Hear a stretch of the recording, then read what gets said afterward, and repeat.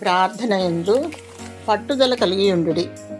రోమా 12:12 శోధన సహించుకొనుటకును, విశ్వాసాన్ని కాపాడుకొనుటకును, విజయము సాధించుటకును, విపత్తు నుండి తప్పింపబడుటకును పట్టుదలతో కూడిన ప్రార్థన ప్రాముఖ్యమైనది.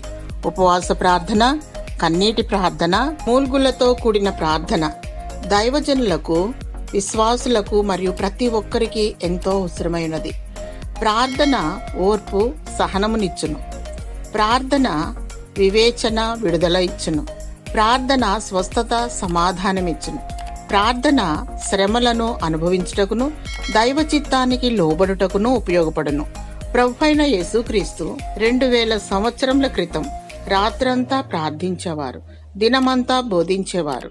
నీ ప్రార్థన నిన్ను, నీ కుటుంబాన్ని భద్రపరుస్తుంది, బ్రతికిస్తుంది.